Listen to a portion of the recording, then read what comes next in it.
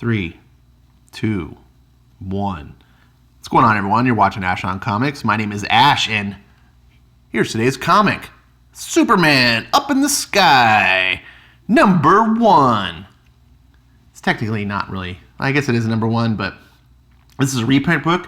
If you guys remember the Walmart exclusive comics that DC did a little while back, they're still doing them, but in those books, it's like a 100-page giant for $5. Super awesome. Zach was just making fun of Jim Lee on one of his videos about these books, and Jim Lee posted a video of himself at Walmart kind of straightening up the books in the aisle or whatever. It was kind of corny or whatever. It was, no big deal. But Zach, just like, must be a slow news day for Zach, because he decided to make a video kind of making fun of Jim Lee about this. And I'm like, dude, they got comics into Walmart. Last year, this was like a big deal. Like, you were praising, and now it's like he's throwing shots across the bow, I guess, about like making fun. It's like, I think Zach has done a complete flip-flop. He just gave Aubrey Citizen a big thumbs up on his comic, and in the same video, like, just like, oh, look at, he just is, all the SJW comic artists that he like formed his channel roasting, he now praises. And he talked about in his video, he's like, people, about 5% of my fans like don't, get upset when I praise these guys, and I'm just trying to, not hold grudges. No one expects to hold grudges. One of the things I loved about Zach was that he was very even keel, and that if someone could put out a good book that normally puts out trash, he would give them credit. Like, that's fine. But some of these guys aren't just SJWs. They're trash writers. Aubrey Citizen is one of them. Zoe Quinn is another one of them. I'm trying to think who's lately he's been rating. I want to say he like gave a positive like to Mags Versaggio even. And it's like over and over, and it's like, really, all these guys are now just batting 1,000. All these guys from a year ago who were like the worst of the worst are all of a sudden batting 1,000. Meanwhile, he's ripping up Frank Miller and Zack Snyder books. He's just done a complete flip-flop. DC getting their comics into Walmart for $5. By the way, Zach, these books were 100 pages for $5. Not $25 like Jawbreakers. Not $35, almost $40 like some of your peers doing their books after shipping. $5, 100-page giant. And before anyone says, yeah, but that's new content. No. Zach reprinted half the book. Half the book was reprint material, just like this. Remember that. Jawbreakers had about a 64-page story, and the rest was reprint material. And I love Zach. I'm not trying to hammer on Zach, but you gotta, just because you're my boy Zach doesn't mean you get a free pass in everything you do. I gotta call you out, buddy. You're probably never gonna watch my video because I'm way beneath you now, but what the heck. Anyways, on to this book. Tom King, Andy Kubert. I didn't buy these books at Walmart. I very much supported them. I didn't buy them because I felt like these were books for non-comic fans. Not meaning that they weren't for me, but I didn't want to take a book off the shelf that some normie could walk in the store, maybe pick up and become a comic fan. That's who these were for. I knew these books were going to come out for the new material. DC said, everyone complained, oh, we have to go to Walmart for these books. Look, if you want the stories, they'll come out. And sure enough, here they are. And this is the format I'd rather have them in anyway, in an actual comic, of their own. So it's not a slight to anyone who got the originals at the time. I'm just saying. So here's Tom King. Tom King gets a lot of shit these days for the horrible stuff that he writes. Heroes in Crisis is one of the most god-awful comics I've ever read. And Batman is in the slums right now. So what can he do with Superman? Now, I just recently watched a video from 2017 that Tom King, Frank Miller, but a couple of Batman authors were on a panel at New York Comic Con, and they were talking about Batman. And there's a little bit of interaction between Frank and also Tom about Batman stuff and chides him. And then there's a really cool part where Frank Miller talks, or not Frank Miller, but they're talking about Superman, and Tom King just can't keep his mouth shut. There's an old saying, it's better to keep your mouth shut and let people think you're a fool than to open your mouth and prove it. Tom King would just always, he starts talking about how Superman is a terrible character. And then he's like, he doesn't have any flaws, and you don't understand what motivates him because he's just so perfect and da-da-da-da. And Frank Miller just like looks at him and is just like, oh, geez, so he's a mentally healthy hero. Go figure. Or he says something. He says it way better. I was just like, oh, burn. Because Tom was like, he's not interesting because he's not, he has no mental problems. He's not broken down. He didn't see his family killed. Trying to draw all these complexities. Like, no, you don't have to be a broken human being. You don't have to be, this effed up in the head person to be a hero. Actually, Superman is the most believable of actual heroes because he didn't need something to cause him to have a moral compass, right? He didn't have to have his own child kidnapped to all of a sudden care about kidnappings, say like in America, right? He didn't have to have something of his stolen to all of a sudden care that other people's shit gets stolen. He is virtuous from the get-go. Most of us are flawed. We don't care about things until something happens to us, and then all of a sudden it's like, oh, it's a big deal. That's selfishness. That's not virtue. So anyways, if you can watch that video, I highly recommend it. It's a really cool exchange on Batman, what makes Batman tick, and different writers' thoughts and stuff. But you didn't come here for that. You came here for Superman, and here we go. Now, right away, this starts off the way comics should. Big, giant splash page. You see Superman there just fighting this giant robot, and it's all coming apart. Bravo, Andy Kubert, for this page. Batman says, Clark, I need you. Tom King, Andy Kubert. Here's all the different people credited. Last night, a home invasion on West Conway. Nothing taken. Older couple murdered. They had 4 foster children, girls, ages 5 to 10. 2 of the girls are dead. 1's missing. 1 was found, shot but alive. She's at Gotham Mercy. I'm sorry. The girl in the hospital. Talk to her. He's swings away. And then we get this girl, and this looks like a freaking ton of dialogue, but honestly, it's like this little girl who's panicky, also starstruck. She's seeing Superman. She's just hyper, so she's just and Tom King captured the dialogue here pretty well. We were in a basement, and then we heard really loud noises. The noises were big noises, and then they shook things. We were playing superheroes. Miss Jan gives us superhero toys. I have your toy, but Alice always takes it from me. Superman's her favorite. We were going to go upstairs and look at Alice and me, but then we heard the Miss Jan screaming, and we didn't go upstairs. There's a back door in the basement, and we went outside. Alice still had your toy, even though it's mine. There's a bush in the backyard, and we tried to hide in it. It pinched. And I'm going to spare you the rest, but she goes on and like that. It might be a little bit overdone, but honestly, like I said, it worked. I thought she captured a little child's voice, and she talks about her foster sister were getting captured. It's and could you, from what you could see, where did he take her? Up in the sky. And I love this. Look at the shadow of Superman, right? Very cool. Very cool, Andy Kubert. So back Metropolis, you instantly know it's Metropolis. How? Because you got the Daily Planet. So you don't need to put Metropolis. That's iconic. And then we get Lois and Clark trying to sell this case. He's trying to, I want to go investigate this. And Perry White's having nothing of it. He's like, what does he say? A murder in what was the city you said? Gotham, Chief. Right, Gotham. Great Caesar's ghost. What damn paper do you think you work for, Kent? This is the planet. The Metropolis planet.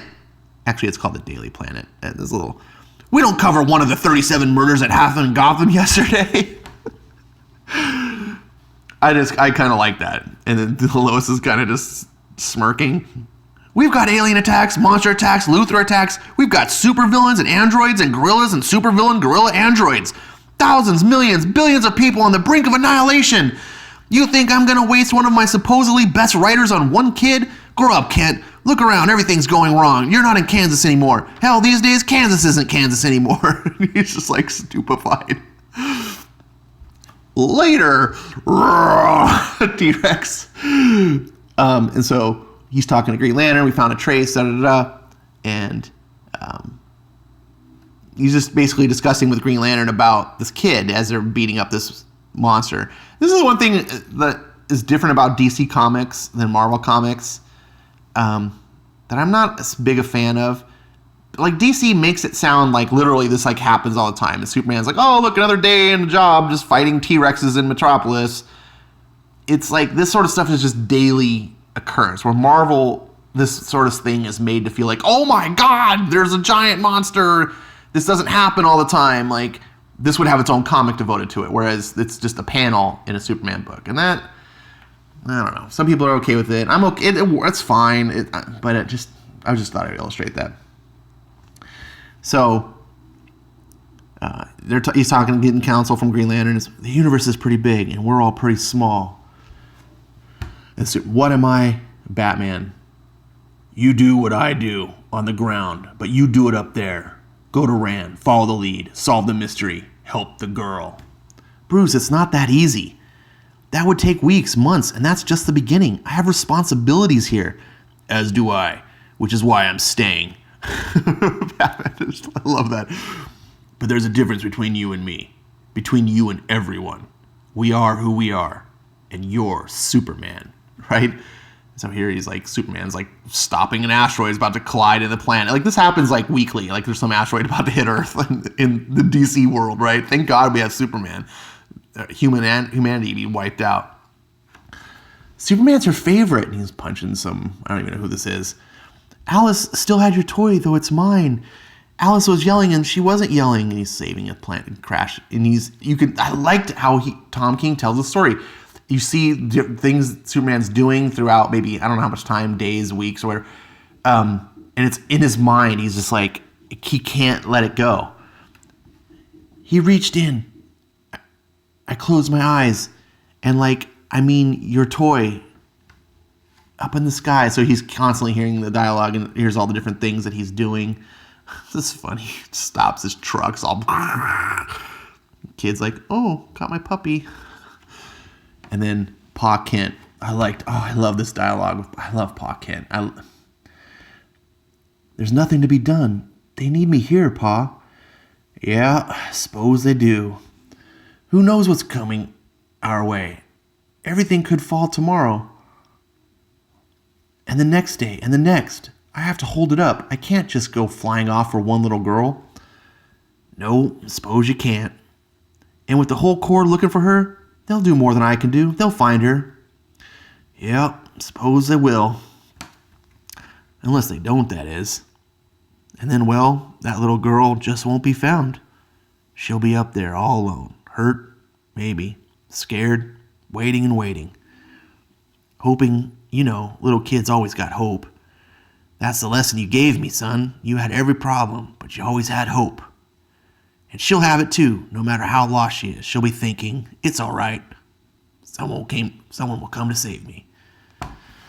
And damn it if King did not just choke me up in this frickin' page. This is what makes Superman Superman. He can't let it go. He's a hero. He represents hope, right? Pa Kent's telling it, and it's like, someone will save me. And right there as a reader, you're like, yep, Superman is going to save this little girl. Clark, it's Bruce. I just got word. The girl in the hospital. The girl you met in the hospital took a bad turn. She passed away last night. I'm sorry. Superman's just like, oh no. And we often critique comics, I do, for when they depict Superman just all angry and pissed off like that. And other people I've seen critique that. Here's the thing. Superman can get angry and he can get pissed off, but he controls his anger. There's a difference. He doesn't take it out on people. When you read the Bendis comics, he's like this. He goes and he finds someone to punch. That's bad Superman writing. This is an anger of the situation. He's mad for the girl. He doesn't just go and just find someone to beat up, but it drives him. And now he's on top of the Daily Planet with Lois. How long? I don't know, a while. With our luck, Lex will do something and Brainiac, Toyman, Zod the freaking nuclear man, not to mention the regular whatever. It seems like, these days it seems like I'm falling off a building every other week. Her name's Alice. You can't save everyone. No, I can't. But maybe I can save her. Okay, fine, go. And as a favor while you're gone, I'll try not to fall off any buildings. Appreciate that. I said try. I'm not making any promises. I understand. It's kind of my thing, my whole brand. So if I have to, I have to. Just saying thank you for making the effort. Well, okay, you're welcome. And that was kind of a sweet moment, right? A little bit of playful banter. I never thought I would say this, but Bendis, you need to take notes from Tom King. And then we see Superman looking up at the sky. Hey, off camera. Superman, kids running, and then, where are you going? Well, we know where he's going. Part 2. Now, I'm going to end it right here. In this part right here. This was fantastic. This is the kind of Tom King that I read in the original beginning of his Batman run for Rebirth. This is the Tom King that we used to have. I don't understand, Tom King, that you made fun of Superman saying he was a horrible character, he was impossible to write for. You just wrote him. And you did him better. You did it way better than Bendis. This was a really well done story. This would have been the first story in the number 1 to Walmart number 1. Part 2 is in the Walmart number 2 because they were just 16-page stories. Wow. So here we have now Superman's off planet. He's investigating, and this one is not quite as good. It gets a little bit wonky. I think he's with the Rands. He's trying to track Zeta beams and all this. King gets a little bit, not hocus pocus, but like techno mumbo jumbo. Just like here you go. We brought in a Computer 3 to sort through all we got from one beam. A Computer 1 is used to build stars. A 3 is beyond your understanding anyway. After 2 minutes of trying to sort that data, Computo self-destructed. A digital autopsy revealed all of its code had been self-erased except one line. I can't. So, Superman goes like, I'm ready, push the button. Again, I feel it's worth emphasizing this is a mistake. There's no way of knowing how your mind will react to or interpret the beam. Superman's like, plug me in. So he's like, okay, brain's gonna go haywire and screwy, and you're gonna melt down, and you're gonna die. Goodbye, Superman. He's like, if that's what you want.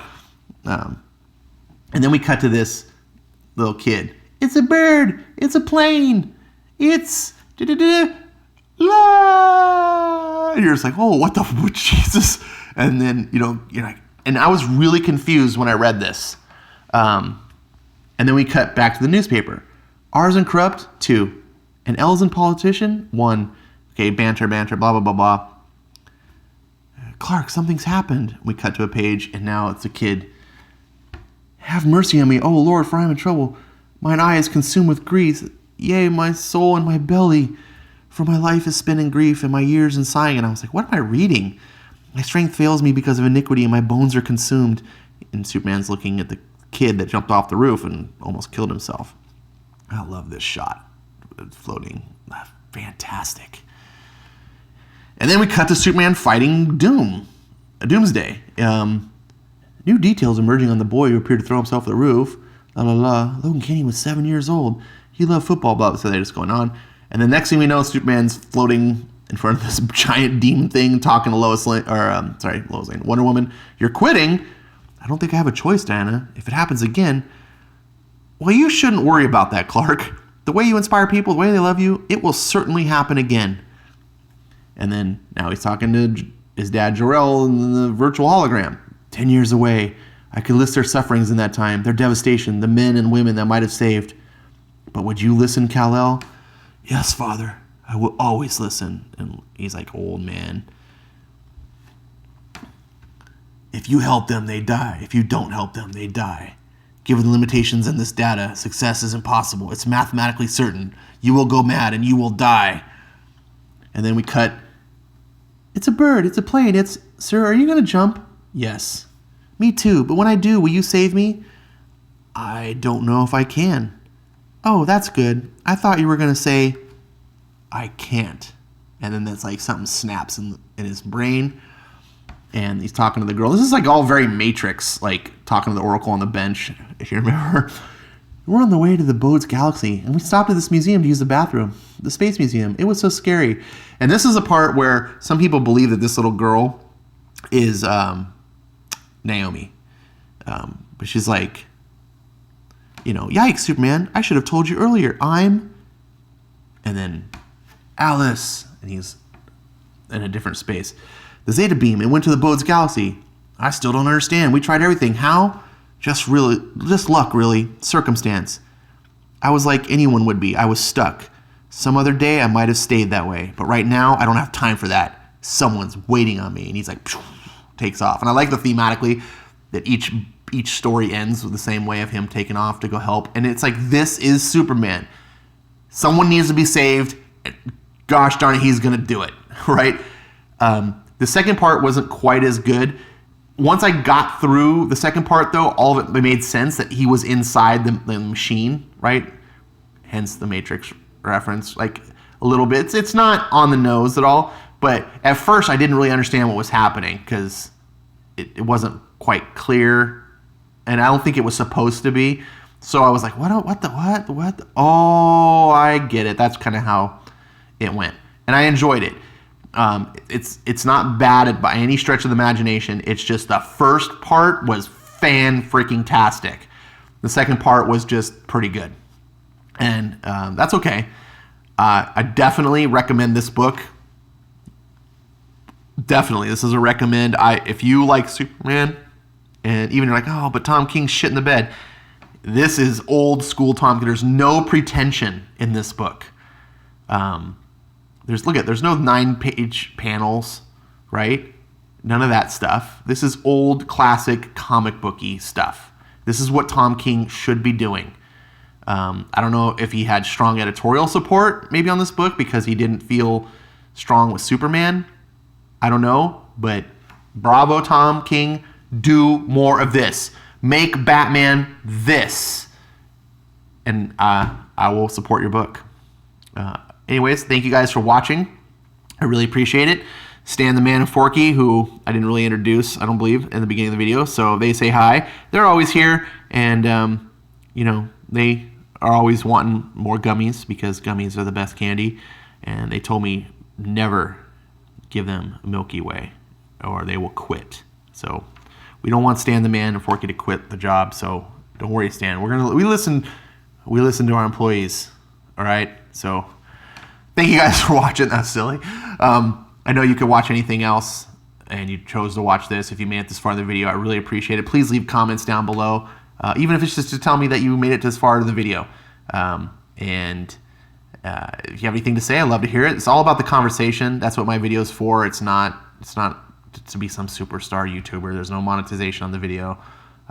So leave a comment, like, subscribe. If you don't like for some reason, if you're going to hit the thumbs down button, I hope you don't, but if you do, tell me why. I mean, tell me what I can do better.